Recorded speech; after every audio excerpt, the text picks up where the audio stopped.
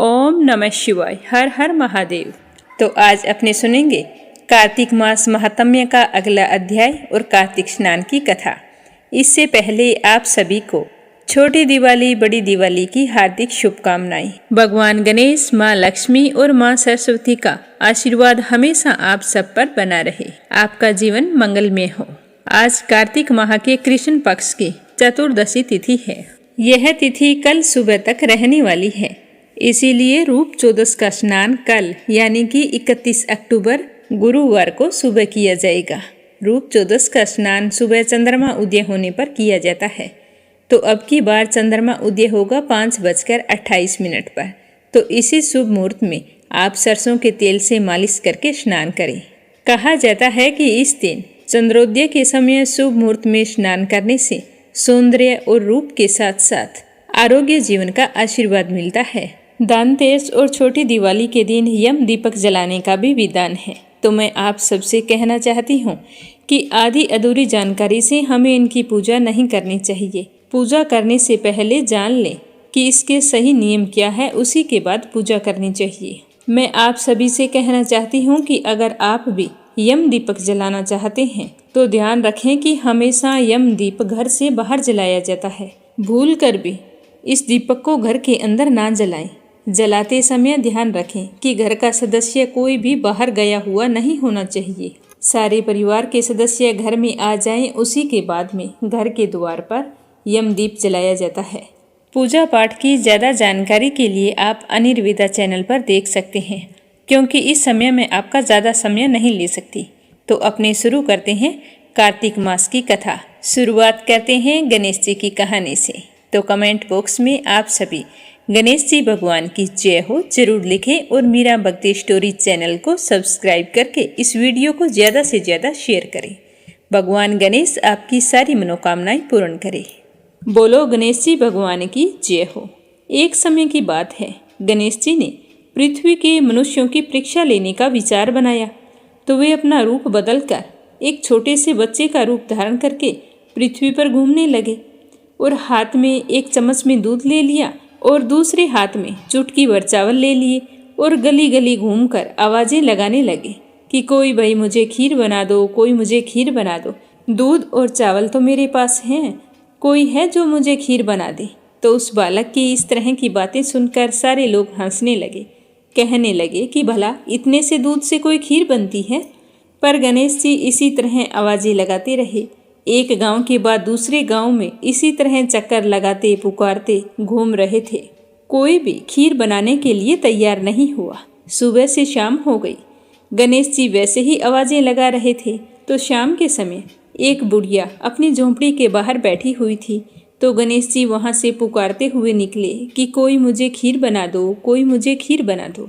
दूध और चावल तो मेरे पास हैं। तो बुढ़िया बड़ी कोमल हृदय वाली थी, सोचने लगी कि बच्चा है, बना देती हूँ, जितनी बनेगी उतनी ठीक है। तो वो कहने लगी कि ला बेटा, मैं तुझे खीर बना देती हूँ। तो गणेश जी ने उसे चावल और चम्मच वाला दूध दे दिया। तो बुढ़िया माई उसे लेकर अंदर चली गई। तो गणेश जी भगवान कहने लगे कि बूढ़ी अम्मा, खीर बनाने के लिए बड़ा बर्तन लेकर आना। तो बुढ़िया कहने लगी कि बेटा, मेरे पास तो कोई बड़ा बर्तन है ही नहीं। तो गणेश जी कहने लगे कि नहीं बूढ़ी अम्मा, अंदर जाकर देखो तो सही। तो बुढ़िया जैसे ही अंदर गई तो एक बड़ी सारी कढ़ाई पड़ी थी। तो बुढ़िया को पता चल गया कि यह कोई साधारण बालक नहीं है। तो बुढ़िया ने चूल्हे पर उस कढ़ाई को चढ़ाया और जैसे ही बूढ़ी अम्मा ने वो दूध और चावल कढ़ाई के अंदर डाले तो उफान आता गया और कढ़ाई लबालब भर गई। जैसे जैसे खीर तैयार हो रही थी तो उसके अंदर से केसर की बहुत ही अच्छी खुशबू आ रही थी। तो खीर बनते ही गणेश जी भगवान ने बूढ़ी अम्मा से कहा कि माँ जी, मैं स्नान करके आता हूँ। आप ऐसे करो, पूरे नगर वासियों को न्योता दे दो ताकि वो भी खीर खाने के लिए आ जाए। तो बूढ़ी माँ ने कहा कि ठीक है। तो वो गांव वालों को न्योता देने के लिए चली गई। गणेश जी स्नान करने चले गए। तो उसी समय बुढ़िया का बेटा और बहू खेत से आए थे। तो बहू सोचने लगी कि माँ जी तो पूरे नगर को न्योता देने चली है, तो मेरे लिए तो खीर नहीं बचेगी। तो उसने जल्दी से एक थाली ली और उसके अंदर खीर डालकर रसोई में किवाड़ के पीछे बैठ गई और कहने लगी कि ले गणेशिया भोग, ले गणेशिया भोग, और खीर खा ली। उस थाली को चक्की के नीचे छुपा दिया। बुढ़िया न्योता देकर आई तो गांव वाले सोचने लगे कि कल तक तो बुढ़िया के पास कुछ नहीं था और आज इतना धन हो गया है कि ये हमें खीर खिलाएगी। तो सारे मिलकर बुढ़िया के घर की ओर चल पड़े कि चलो देखते हैं कि आज बूढ़ी माई हमें क्या खिलाने वाली है। तो जैसे ही उसकी झोंपड़ी के पास गए तो खीर की बहुत ही अच्छी खुशबू आ रही थी। इतने में गणेश जी भगवान भी आ गए। तो बुढ़िया माई कहने लगी कि गणेशिया भोग लगा ले, गांव वाले आ गए हैं, उन्हें खीर परोसनी है। तो गणेश जी कहने लगा कि बूढ़ी माई मैंने तो भोग लगा लिया। तो बुढ़िया कहने लगी कि आपने भोग कब लगाया, अभी तो आप बाहर से आ रहे हैं। तो वो कहने लगा कि माई मुझे तो तुम्हारी बहू ने भोग लगा दिया है, अगर विश्वास नहीं हो तो चक्की के नीचे देख लो, थाली पड़ी है, उसके अंदर 2 चावल चिपके हैं। तो बूढ़ी माई ने चक्की के नीचे जाकर देखा तो सच में थाली पड़ी थी और उसमें 2 चावल चिपके हुए थे। तो वो समझ गई कि गणेश जी भगवान सच कह रहे हैं। तो फिर बुढ़िया ने सारे गांव वालों को खीर परोसी। तो सारे गांव वाले खूब तारीफ कर करके खीर खा रहे थे, फिर भी वो खीर खत्म होने का नाम नहीं ले रही थी। तो बुढ़िया गणेश जी से कहने लगी कि गणेशिया अब मैं इस खीर का क्या करूं, ये तो कढ़ाई वैसी की वैसी ही भरी पड़ी है। तो उसने कहा कि बुढ़िया माई सुबह न्योता और दे देना, एक बार सारे नगरवासियों को खीर खिला देना। तो बुढ़िया माई ने सुबह फिर उन्हें बुलाया, फिर भी खीर खत्म होने का नाम नहीं ले रही थी। तो इस खीर का समाचार राजा के कानों में पड़ गया। तो राजा ने अपने सैनिकों को भेजकर कहा कि जाओ उस बुढ़िया के पास से उस खीर की कढ़ाई को यहाँ लेकर आओ। तो राजा के आदमी आज्ञा पाते ही बुढ़िया के घर चली गई और वहाँ जाकर कहने लगी कि बूढ़ी अम्मा, इस कढ़ाई का आपके घर में क्या काम है, ये कढ़ाई तो राजमहल में शोभा देती है। तो यह कहकर वो कढ़ाई वहाँ से उठाकर राजमहल में ले आई। जैसे ही महल में लाकर उस कढ़ाई को रखा तो उस कढ़ाई के अंदर कीड़े मकोड़े बिलबिलाने लगे, सांप बिच्छू जहरीले जानवर घूमने लगे और बुरी तरह से बदबू आने लगी। तो यह देखकर राजा को बड़ी ही हैरानी हुई। उन्होंने बुढ़िया को बुलाया और कहा कि बूढ़ी माई ये सब क्या है, ये ले जा तेरी कढ़ाई, पता नहीं क्या जादू टोना करती है। तुम्हारे घर में तो खुशबू आ रही थी और यहाँ लाते ही इस खीर में कीड़े मकोड़े पैदा हो गए हैं और कितनी बदबू आ रही है। तो वो बुढ़िया कहने लगी कि महाराज आप देते तो पहले देते, ये तो मुझे गणेश जी भगवान ने दिया है। यह कहकर वो उस कढ़ाई को वहाँ से अपनी झोंपड़ी पर ले आई और गणेश जी भगवान को याद करके कहने लगी कि गणेश जी भगवान अब इस कढ़ाई का मैं क्या करूँ। तो गणेश जी वहाँ पर प्रकट हुए और कहने लगे कि बूढ़ी माई इस कढ़ाई को तुम घर के एक कोने में गाड़ दो और सुबह उठकर देख लेना। ऐसा कहकर अंतर्ध्यान हो गए। तो बुढ़िया माई ने जैसा गणेश जी ने कहा था वैसा ही किया। तो सुबह जब बूढ़ी माई की आंख खुली तो देखा झोंपड़ी की जगह सुंदर महल खड़ा था और जिस जगह उन्होंने कढ़ाई दबाई थी उस जगह को खोद कर देखा तो उस जगह सोनों की मोहरों से भरे हुए 2 घड़े निकले। तो यह देखकर बुढ़िया और उसकी बहू बहुत ही खुश हुई और दोनों गणेश जी भगवान का जयकारा लगाने लगी। उसी दिन से बुढ़िया और उसकी बहू दोनों ही प्रतिदिन गणेश जी भगवान की पूजा करने लगी। हे गणेश जी भगवान, जैसा आपने बुढ़िया को दिया वैसा सबको देना, कहानी कहने वाले को, सुनने वाले को और हुंकारा भरने वाले को, सभी की सारी मनोकामनाएं पूर्ण करना। बोलो गणेश जी महाराज की जय हो। अगली कहानी सुनते हैं भगवान श्री हरि विष्णु और माता लक्ष्मी की। इस कहानी को संभव हो तो कार्तिक के पूरे महीने सुनना चाहिए, नहीं तो दीपावली के 5 दिन जब लक्ष्मी माता की पूजा होती है तो उन दिनों में अवश्य सुनना चाहिए, जिससे हमारे जीवन में सुख शांति और समृद्धि बनी रहती है। बोलो लक्ष्मीपति नारायण की जय हो। एक समय की बात है, भगवान श्री हरि विष्णु पृथ्वी लोक पर घूमने के लिए जा रहे थे। तो उन्हें जाते हुए देखकर माता लक्ष्मी ने कहा कि स्वामी आप कहाँ जा रहे हैं। तो विष्णु भगवान ने कहा कि मैं पृथ्वी लोक पर जा रहा हूँ। तो लक्ष्मी माता ने कहा कि मैं भी आपके साथ चलती हूँ। तो भगवान श्री हरि विष्णु ने कहा कि आप चल तो सकते हैं, लेकिन एक शर्त है। तो माता लक्ष्मी ने भगवान विष्णु से शर्त पूछी। तो भगवान विष्णु ने उत्तर दिया कि धरती पर चाहे कैसे भी स्थिति क्यों न आ जाए, लेकिन आपको उत्तर दिशा की तरफ नहीं देखना है। तो माता लक्ष्मी ने विष्णु जी की शर्त मान ली और उनके साथ चल पड़ी। चलते चलते दोनों पृथ्वी लोक पर पहुंच गए। बहुत ही सुंदर और सुहावना मौसम था। सुबह होने वाली थी। माता लक्ष्मी और भगवान श्री हरि विष्णु धरती पर घूम रहे थे।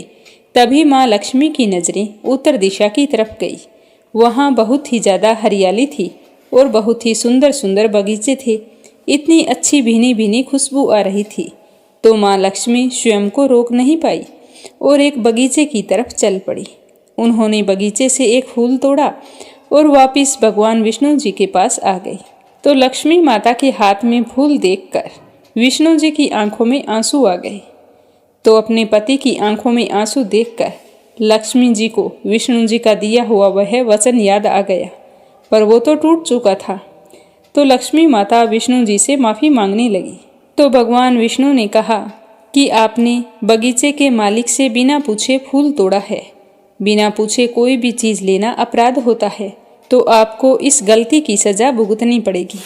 तो माँ लक्ष्मी ने भगवान विष्णु से अपने किए की माफ़ी मांगी, लेकिन भगवान विष्णु ने कहा कि आपको माफ़ी सिर्फ बगीचे का माली ही दे सकता है।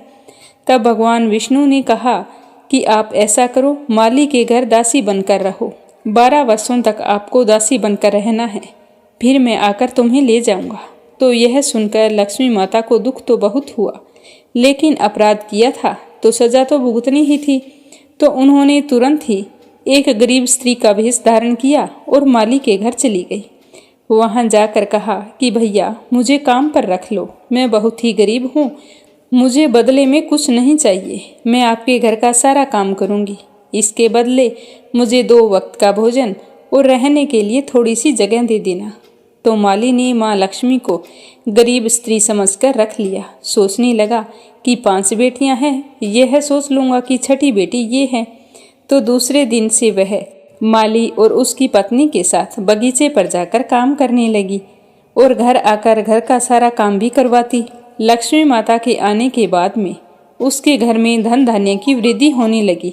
जैसे ही माली फूलों को बेचने के लिए जाता तो उसे खूब सारे रुपए मिलते। तो माली ने एक अच्छा सा मकान बनवा लिया और गाय खरीद ली। अपने व्यापार को और बढ़ा दिया। लक्ष्मी माता के वहाँ रहने पर वह दिन दुगनी रात चौगुनी तरक्की करने लगा। तो वह मन ही मन सोचने लगा कि यह औरत तो बड़ी ही भाग्यशाली है। जिस दिन से मेरे घर आई है, मेरे तो अन्न धन के भंडार भर गए हैं। तो ऐसा करते करते 12 वर्ष पूरे हो गए। एक दिन जब माली और उसकी पत्नी बगीचे में काम करने के लिए जाने लगे तो उन्होंने लक्ष्मी माता से कहा। तो लक्ष्मी माता कहने लगी कि आज मैं आपके साथ नहीं जाऊंगी, मुझे घर पर थोड़ा काम है। तो वो दोनों बगीचे में चले गए। शाम को जब वो घर लौट कर आए तो उन्होंने देखा कि उनके दरवाजे पर 16 श्रृंगार किए बहुत ही सुंदर औरत खड़ी है। तो वो सोचने लगे कि यह कौन है। जब उन्होंने पास आकर देखा तो माली की पत्नी ने कहा कि ये तो वही औरत है जो हमारे घर में काम करती है। तो माली को उस औरत का लक्ष्मी रूप समझ में आ गया कि यह औरत और कोई नहीं है, स्वयं लक्ष्मी माता है। तो वो अपराध भाव के कारण रोने लगा। उसने माँ लक्ष्मी से प्रार्थना की कि मैंने आपके साथ बहुत बुरा किया है, हमें माफ़ कर दो। आप इतने सालों से हमारे घर रह रही थी और हम आपसे घर का और खेत का काम करवा रहे थे। तो लक्ष्मी माता मुस्कुराते हुए माली से कहने लगी कि जो हुआ वो नियति थी, इसमें तुम्हारा कोई दोष नहीं है। मैंने तुम्हारे बगीचे से बिना पूछे फूल तोड़ा था, तो उसी की सज़ा विष्णु जी ने मुझे दी थी। तो मैं तो आपके यहाँ वो सज़ा काटने आई थी, लेकिन आपने मुझे बेटी बनाकर रखा था। तो मैं आपको आशीर्वाद देती हूँ कि आप आजीवन सुख समृद्धि से परिपूर्ण रहो और आपके घर में, आपके जीवन में कभी भी किसी भी तरह का दुख न आए। इसके बाद माँ लक्ष्मी विष्णु जी के साथ विष्णु लोक को चली गई। बोलो लक्ष्मीपति नारायण की जय हो। अब अपने सुनते हैं यमराज की कहानी। एक समय यमराज ने अपने यमदूतों से पूछा कि तुम लोग रोजाना हजारों लोगों के प्राण लेकर आते हो, क्या कभी तुम्हें किसी पर दया आई है? तो यमदूत कहने लगे कि हाँ महाराज, एक बार मृत्यु लोक पर हेम नाम का एक राजकुमार था जिनके प्राण हरना हमारे लिए आसान नहीं था। तो उन्होंने यमराज को बताया कि उसके जन्म होते ही ज्योतिषियों ने उसके पिता को बताया था कि जब भी बालक विवाह करेगा तो उसकी 4 दिन बाद में मृत्यु हो जाएगी। तो राजा ने अपने पुत्र के प्राण बचाने के लिए उसे एक गुफा में रखकर बड़ा किया। वहां तक पहुंचना किसी के लिए भी बहुत मुश्किल था, लेकिन जो नियति में लिखा होता है उसे कोई टाल नहीं सकता। तो एक दिन राजा हंस की बेटी यमुना तट पर घूमते घूमते उस गुफा में पहुंच गई और उस गुफा में राजकुमार को देखा। दोनों एक दूसरे पर मोहित हो गए और उन्होंने गंधर्व विवाह कर लिया। नियति के अनुसार विवाह के चौथे दिन ही राजकुमार हंस की मृत्यु हो गई। युवा पति की मृत्यु देखकर उसकी पत्नी जोर जोर से रोने लगी। उस राजकुमार के प्राण हरते समय हमें बहुत ही दुख हो रहा था। तो अपने यमदूत की बात सुनकर यमराज भी सोच में पड़ गए। तब उनमें से एक यमदूत ने पूछा कि महाराज, इसका कोई उपाय नहीं है क्या, जिसके करने से उसे अकाल मौत का भय ना रहे। तो यमराज कहने लगे कि अगर कोई व्यक्ति धनतेरस की शाम को मेरे निमित्त यमदीप जलाएगा उसे अकाल मौत का भय नहीं रहेगा। लेकिन यह दीपक घर के बाहर जलाना चाहिए और दीपक की लौ का मुख दक्षिण की तरफ होना चाहिए। ऐसा करने से मैं बहुत ही प्रसन्न होता हूँ और साल भर उस घर के सदस्यों पर कभी भी अकाल मौत का भय नहीं मंडराने देता। कहा जाता है कि तभी से अकाल मौत से बचने के लिए यमदीप जलाया जाता है। अब अपने सुनते हैं कार्तिक स्नान की कथा। प्रेम से बोलो विष्णु भगवान की जय हो। एक समय की बात है, एक नगर में एक ब्राह्मण दंपति रहा करते थे। वे दोनों प्रतिदिन 7 कोस दूर गंगा और यमुना नदी में स्नान करने के लिए जाते थे। सुबह जाते, आते आते शाम हो जाती। ऐसा करते करते सालों बीत गए। ब्राह्मण दंपति वृद्ध हो चले थे। अब तो ब्राह्मणी लौट कर आती तो बिल्कुल थक जाती। एक दिन वह अपने पति से कहने लगी कि स्वामी, हम कितनी पूजा पाठ करते हैं, दान धर्म करते हैं, फिर भी हमारी संतान नहीं हुई। अगर हमारे एक पुत्र होता तो कितना अच्छा होता। पुत्र होता तो घर बहू आती, और बहू होती तो जब हम स्नान करके पूजा करके घर आते तो सारा काम किया हुआ मिलता और बना बनाया खाना मिलता। बहू हमारी कितनी सेवा करती। तो अपनी पत्नी की बात सुनकर ब्राह्मण कहने लगा कि बात तो तू ठीक कर रही है, चल मैं तेरे लिए बहू ला देता हूँ। तो वह बोली कि क्यों मजाक कर रहे हो, एक तो भगवान ने मजाक कर ली, अब ऊपर से आप भी बोल रहे हो। जब बेटा ही नहीं है तो बहू कहाँ से आएगी। तो ब्राह्मण ने कहा कि तू मेरा कहना मान, एक पोटली में आटा डाल और उसमें कुछ सोने की मुहरें रख दे। तो ब्राह्मण के कहे अनुसार उसकी पत्नी ने एक पोटली में आटा बांधकर उसमें थोड़ी सोने की मुहरें भी डाल दी और वह पोटली ब्राह्मण को थमा दी। वह भगवान श्री हरि विष्णु को याद करता हुआ चल पड़ा। चलते चलते शाम हो चुकी थी तो वह यमुना के किनारे पहुंच गया। वहां पर जाकर बैठ गया तो वहीं नदी किनारे कुछ लड़कियां खेल रही थी। वो मिट्टी के घर बना रही थी। तो ब्राह्मण भी बड़े गौर से उन्हें देखने लगा।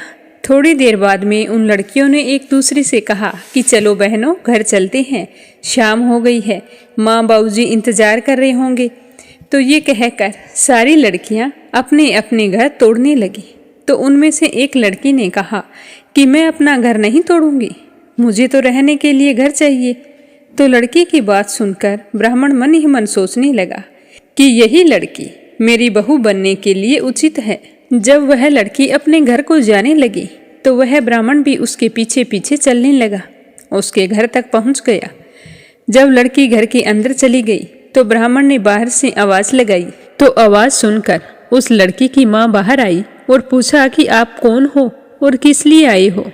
तो वो कहने लगा कि मैं पास ही के गाँव में जा रहा था अपने लड़के का रिश्ता करने के लिए। अब मुझे जाते जाते रात हो गई है, तो मैं सोच रहा था कि अगर आपको ऐतराज ना हो तो एक रात आपके यहाँ रुक जाता हूँ, सुबह जल्दी ही चला जाऊँगा। तो यह सुनकर वो कहने लगी कि हाँ हाँ क्यों नहीं, रुक जाइए, आप हाथ पैर धो लीजिए, मैं आपके लिए खाना बना देती हूँ। तो ब्राह्मण ने कहा कि कार्तिक का महीना चल रहा है, मैं एक ही समय भोजन करता हूँ और किसी के घर का खाना भी नहीं खाता, इसीलिए मैं अपने साथ आटा लेकर आया हूँ। अगर तुम उसी आटे से मुझे रोटियां बना दो तो मैं तुम्हारे यहाँ भोजन कर सकता हूँ। तो वह बोली कि क्यों नहीं, जैसा आप कहेंगे, आपके लाए हुए आटे से रोटी बना दूंगी। तो ब्राह्मण ने वह पोटली उस लड़की की माँ को थमा दी। अब वह आटा लेकर अंदर चली गई। तो जैसे ही वह आटा छानने लगी तो छलनी में वो सोने की मुहरें दिखाई दी। तो उस लड़की की माँ मन ही मन सोचने लगी कि जिसके आटे में इतनी मोहरें हैं उसके घर में ना जाने कितना ही सोना होगा। इतने में उसका पति घर आ गया।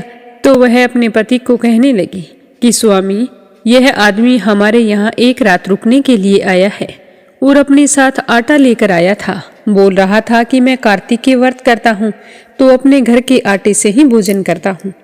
तो ये आटा मुझे थमा दिया। जब मैंने इस आटे को छाना तो देखो इसके अंदर कितनी सोने की मोहरें निकली है। यह तो बहुत ही धनवान लगता है। यह अपने बेटे की सगाई करने के लिए अगले गांव जा रहा है। हमारी किस्मत अच्छी थी, इस गांव में पहुंचा तो रात हो गई तो हमारे घर रात रुकने के लिए ठहर गया। क्या पता हमारी बेटी की किस्मत इनके बेटे के साथ जुड़ी हो। मैं तो कहती हूँ कि आप इनसे हमारी बेटी से रिश्ते की बात तय कर ले। तो उसके पति को भी यह बात जंच गई। वह स्नान करके भोजन करने के बाद में ब्राह्मण देवता के पास गया और प्रणाम करके कहने लगा कि आप कौन से गांव से आई हैं और कहाँ जा रहे हैं। तो ब्राह्मण ने कहा कि मैं तो अपने बेटे की सगाई के लिए जा रहा था। यहीं थोड़ी दूरी पर एक गांव है, वहां पर किसी ने मुझे रिश्ता बताया था। तो वो कहने लगा कि आप अगर बुरा ना माने तो मैं एक बात कहूँ, मेरी बेटी के साथ आप अपने बेटे का रिश्ता तय कर दीजिए। तो ब्राह्मण के तो मन की मुराद पूरी हो गई। वह कहने लगा कि हाँ हाँ क्यों नहीं, मुझे तो मेरे बेटे के लिए सुंदर और संस्कारी लड़की चाहिए। अगर आपकी बेटी है तो मैं आपकी बेटी के साथ रिश्ता कर दूंगा, लेकिन एक अड़चन आ रही है, क्या पता आप इसे मंजूर करेंगे या नहीं। तो ब्राह्मण की बात सुनकर लड़की का पिता कहने लगा कि क्या बात है। तो ब्राह्मण ने बताया कि मेरा बेटा तो काशी में पढ़ाई करने के लिए गया है और उसकी शादी का मुहूर्त अभी है, तो वो पढ़ाई छोड़कर तो आ नहीं सकता और खांड कटोरे से मैं उसका विवाह करूंगा। अगर आपको ये बात मंजूर है तो रिश्ता पक्का है। तो लड़की के पिता ने लड़की की माँ को सारी बात बताई। तो वो कहने लगी कि कोई बात नहीं, पढ़ाई करने गया है, वो आज नहीं तो कल जरूर आएगा।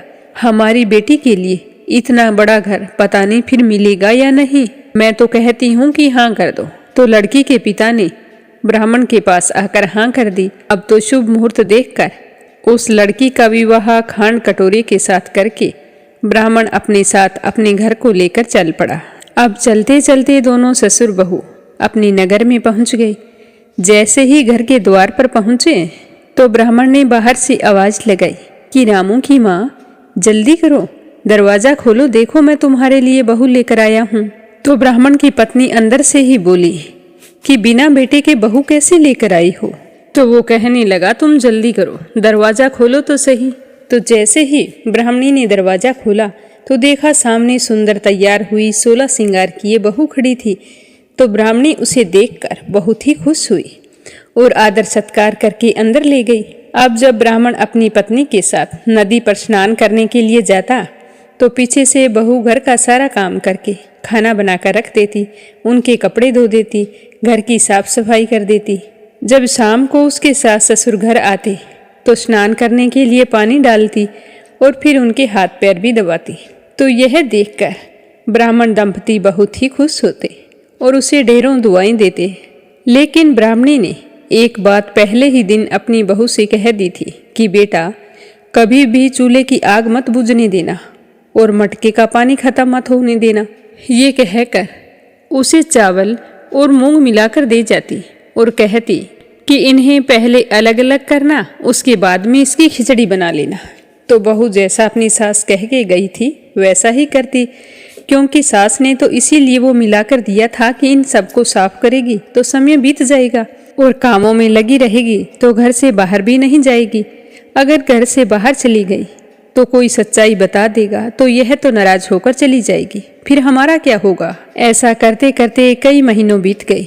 एक दिन की बात है कि चूल्हे की आग बुझ गई। तो चूल्हे में आग ना देखकर बहू घबरा गई और भागी भागी अपनी पड़ोसन के घर गई और जाकर कहा कि बहन, मुझे जल्दी सी आग दे दो, आज मेरे चूल्हे की आग बुझ गई है। मेरे सास ससुर सुबह 5 बजे से गए हैं, अब थके हारे लौटेंगे, मुझे उनके लिए खाना भी तो बनाना है। तो यह सुनकर पड़ोसन कहने लगी कि तू कौन है, किसकी बहू है? तो वो कहने लगी कि आपके पड़ोस में जो पंडित जी रहते हैं, मैं तो उन्हीं के बेटे की बहू हूँ। ये कहकर उसने सारी कहानी बता दी। तो सुनकर उसकी पड़ोसन कहने लगी कि तू तो बावली है, ये दोनों मिलकर तुम्हें पागल बना रहे हैं। इनके कोई पुत्र ही नहीं है, ये तो निसंतान है।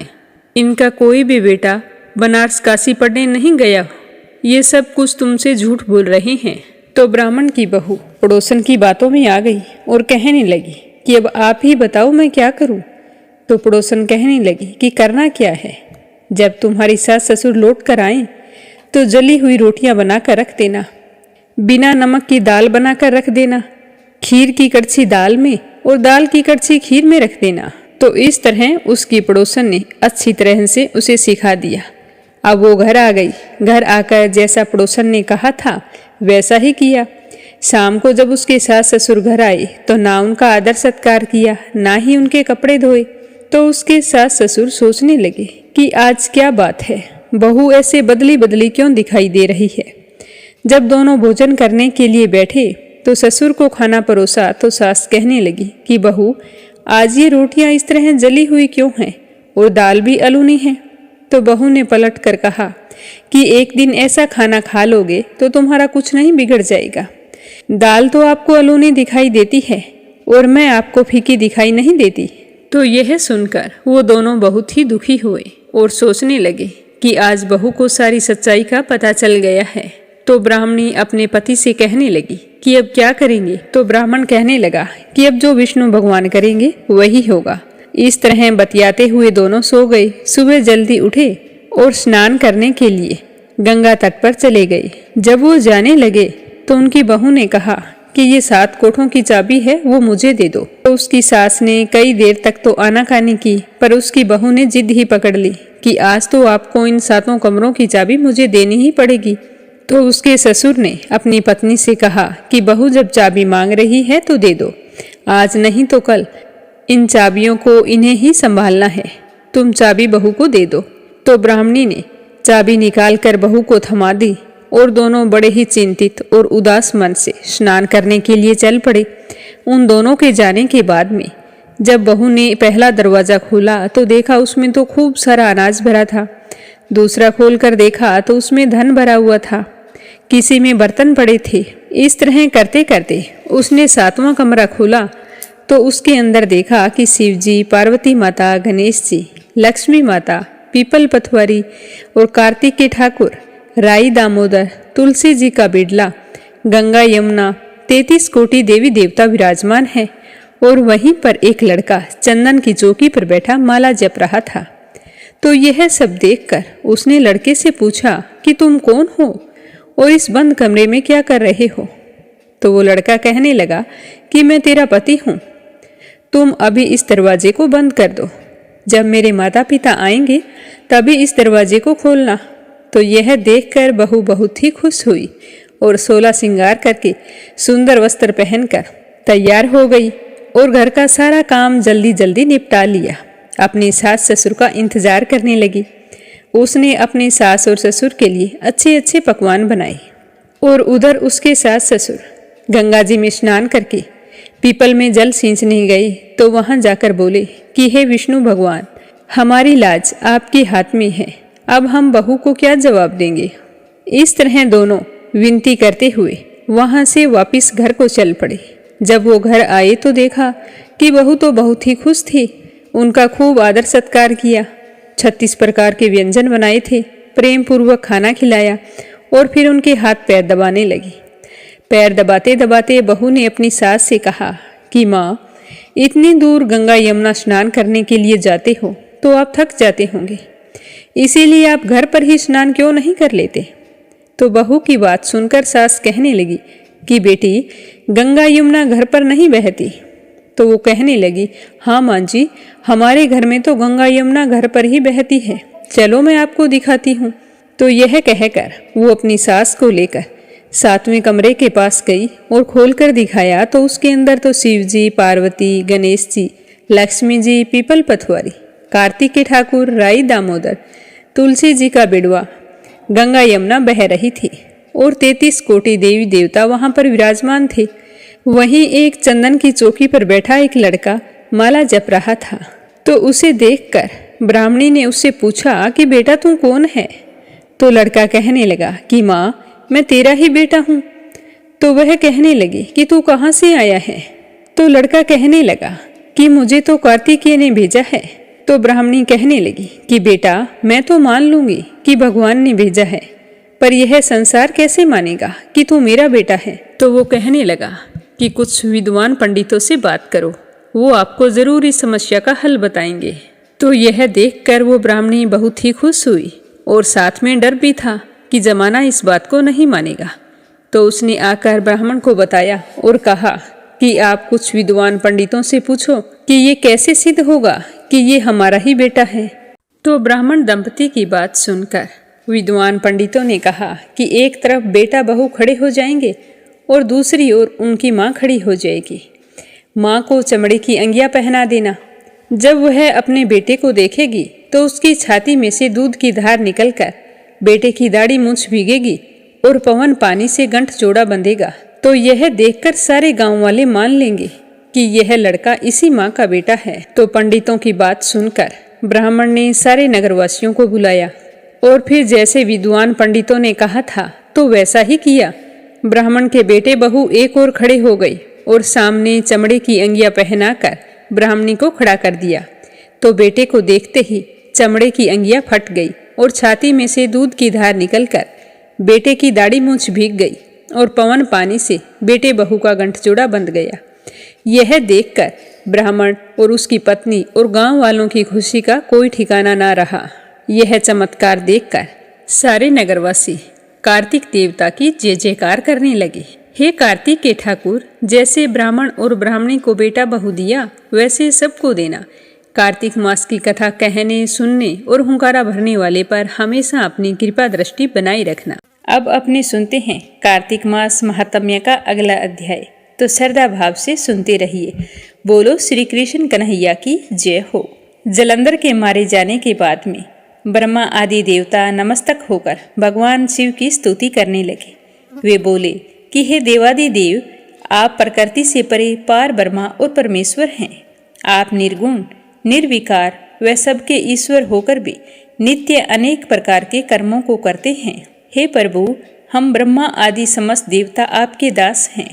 हे शंकर जी, हे देवेश, आप प्रसन्न होकर हमारी रक्षा कीजिए। हे शिव जी, हम आपकी प्रजा हैं तथा हम सदैव आपकी शरण में रहते हैं। जब इस प्रकार ब्रह्मा आदि समस्त देवताओं एवं मुनियों ने भगवान शंकर जी की अनेक प्रकार से स्तुति की और उनके चरण कमलों का ध्यान किया, तब भगवान शिव देवताओं को वरदान देकर वहीं अंतर्ध्यान हो गए। उसके बाद शिव जी का यशोगान करते हुए सभी देवता प्रसन्न होकर अपने अपने लोक को चले गए।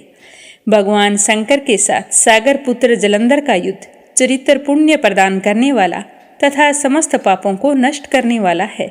यह सभी सुखदायक और शिव को भी आनंददायक है। इन दोनों आख्यानों को पढ़ने व सुनाने वाला समस्त सुखों को भोग कर अंत में अमर पद को प्राप्त करता है। तो राजा पृथु नारद जी से कहने लगे कि हे देव ऋषि, अब कृपया करके मुझे यह बताइए कि वृंदा को मोहित करके विष्णु जी ने क्या किया, फिर वह कहाँ चले गए। जब देवता स्तुति करके मौन हो गए, तब शंकर जी ने सब देवताओं से कहा कि हे ब्रह्मादिक देवताओं, जलंधर तो मेरा ही अंश था, उसे मैंने तुम्हारे लिए नहीं मारा है। यह मेरी सांसारिक लीला थी। फिर भी आप लोग सत्य कहिए कि इससे आप सुखी हुए हैं या नहीं। तब ब्रह्मादिक देवताओं के नेत्र हर्ष से खिल गए और उन्होंने शिवजी को प्रणाम कर विष्णु जी का वह सारा वृतांत कह सुनाया जो उन्होंने बड़े प्रयत्न से वृंदा को मोहित किया था। तब वह अग्नि में प्रवेश कर परम गति को प्राप्त हुई थी। तो देवताओं ने यह भी कहा कि तभी से वृंदा की सुंदरता पर मोहित हुए भगवान विष्णु उनकी चिता की राख लपेटकर इधर उधर घूम रहे हैं। अतः आप उन्हें समझाइए क्योंकि यह सारा चराचर आपके अधीन है। देवताओं से यह सारा वृतांत सुन शंकर जी ने उन्हें अपनी माया समझाई और कहा कि उसी से मोहित विष्णु भी काम के वश में हो गए हैं। परंतु महादेवी उमा त्रिदेवों की जननी, सबसे परे वह मूल प्रकृति परम मनोहर और वही गिरजा भी कहलाती है। अतः विष्णु का मोह दूर करने के लिए आप सब उनकी शरण में जाइए। शंकर जी की आज्ञा से सब देवता मूल प्रकृति को प्रसन्न करने चले। उनके स्थान पर पहुंचकर उनकी बड़ी स्तुति की। तब यह आकाशवाणी हुई कि हे देवताओं, मैं ही 3 प्रकार से 3 गुणों से पृथक होकर स्थित, सत्य गुण से गोरा, रजोगुण से लक्ष्मी और तमोगुण से ज्योति रूप हूँ। अतः आप लोग मेरी रक्षा के लिए उन देवियों के पास जाओ, तो वे तुम्हारे मनोरथों को पूर्ण कर देंगी। यह सुनकर देवता भगवती के वाक्यों का आदर करते हुए गौरी, लक्ष्मी और सरस्वती को प्रणाम करने लगे। सब देवताओं ने भक्ति पूर्वक उन सब देवियों की प्रार्थना की।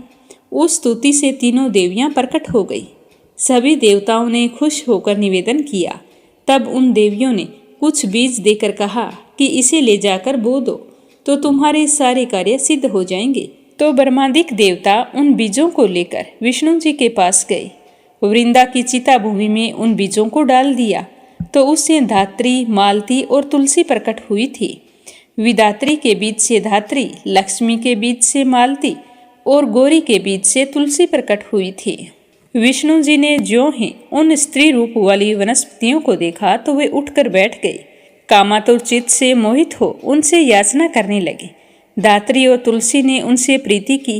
विष्णु जी सारा दुख भूल देवताओं से नमस्कृत हो अपने लोक बैकुंठ में चले।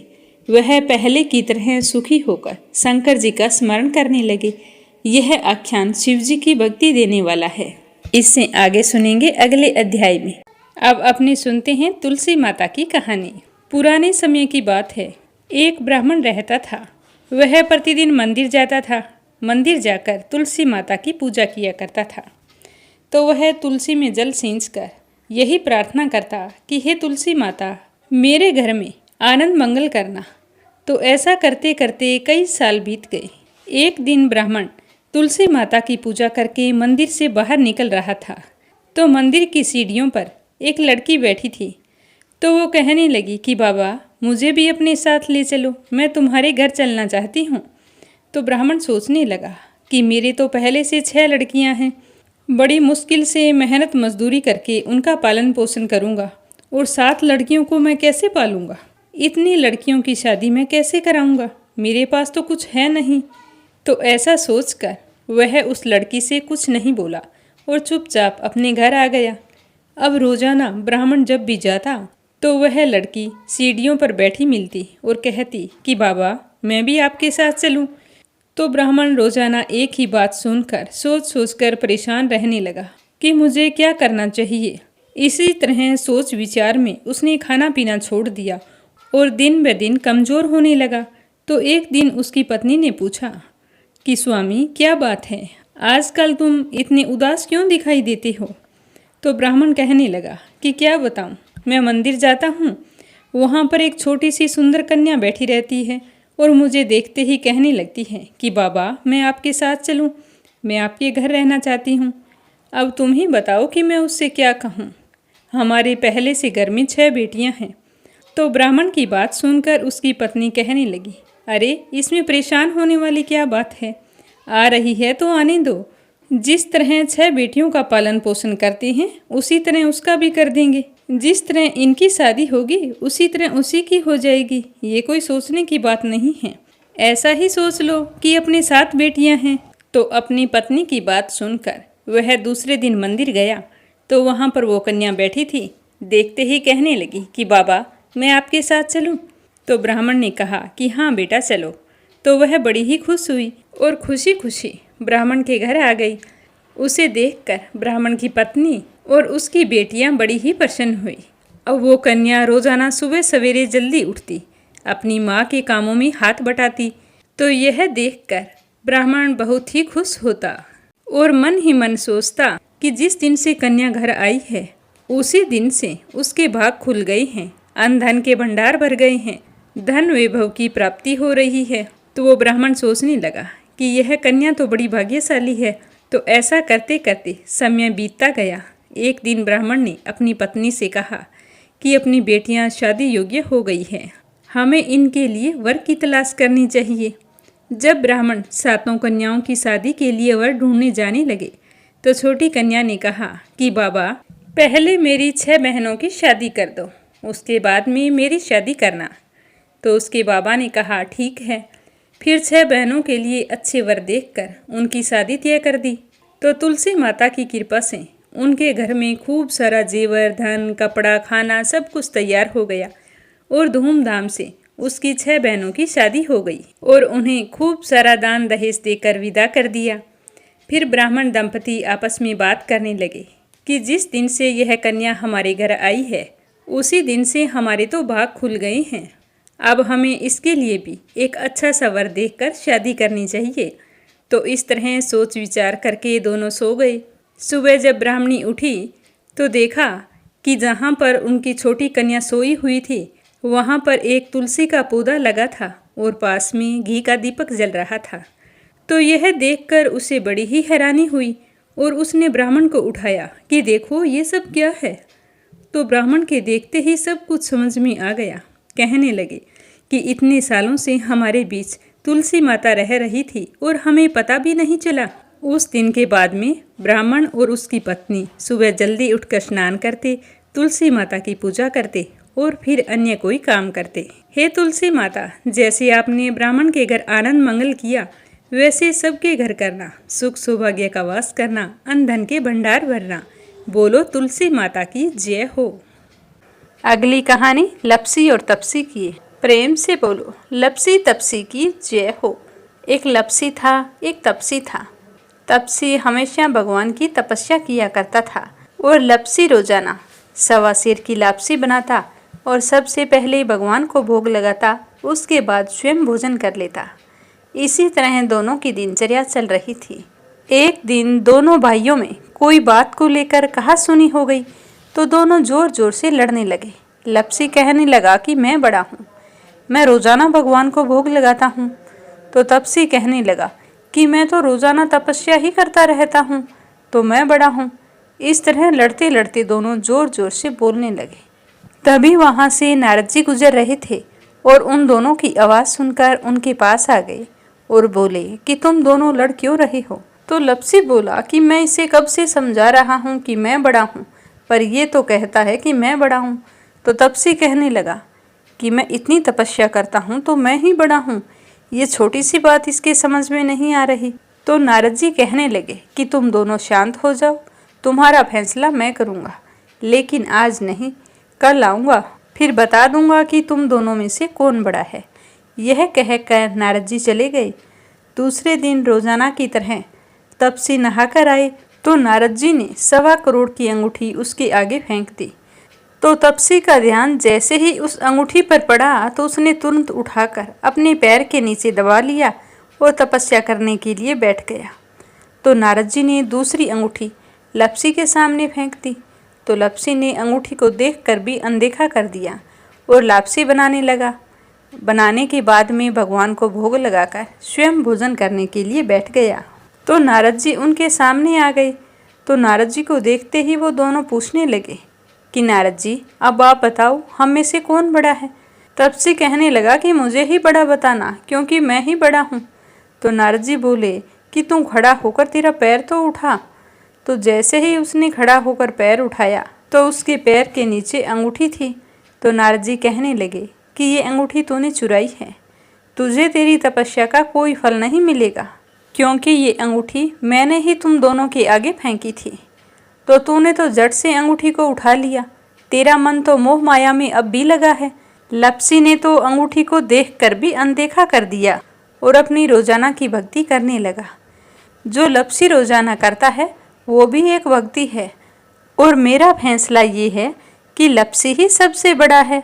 तो यह सुनकर तपसी हाथ जोड़कर कहने लगा कि महाराज, मुझसे बहुत बड़ा अनर्थ हो गया है, आगे से मैं ऐसी गलती कभी नहीं करूँगा। पर आप मुझे बताओ, मैंने भक्ति तो सच्चे मन से की है, तो मुझे उस भक्ति का फल कैसे मिलेगा? तो नारद जी कहने लगे कि रोटी बनाकर गाय और कुत्ते की रोटी नहीं बनाएगा, उसका फल तुझे ही मिलेगा। रोटियां बनाकर पीछे से सुबह छोटी रोटी नहीं बनाएगा, उसका फल, और शाम को रोटी बनाकर पीछे से एक बड़ी रोटी नहीं बनाएगा, उसका फल भी तुझे ही मिलेगा। ब्राह्मण को भोजन करवाकर दक्षिणा नहीं देगा तो वो फल भी तुझे ही मिलेगा। सूट, साड़ी, तिवल अगर हम किसी को देते हैं तो उसके ऊपर भेंट स्वरूप अगर कुछ रुपए नहीं देंगे तो उसका फल भी तुझे ही मिलेगा। अगर कोई दिए से दिया जलाएगा तो उसका फल भी तुझे ही मिलेगा। व्रत रख कर अगर कोई सारी कहानी सुन ले लेकिन तुम्हारी इस लपसी तपसी की कहानी को नहीं सुनेगा तो उसका फल भी तुम्हें ही मिलेगा। तो इस तरह का आशीर्वाद पाकर तपसी बड़ा ही प्रसन्न हुआ। कहा जाता है कि उसी दिन से हर व्रत कथा के बाद में लपसी तपसी की कहानी जरूर सुननी चाहिए।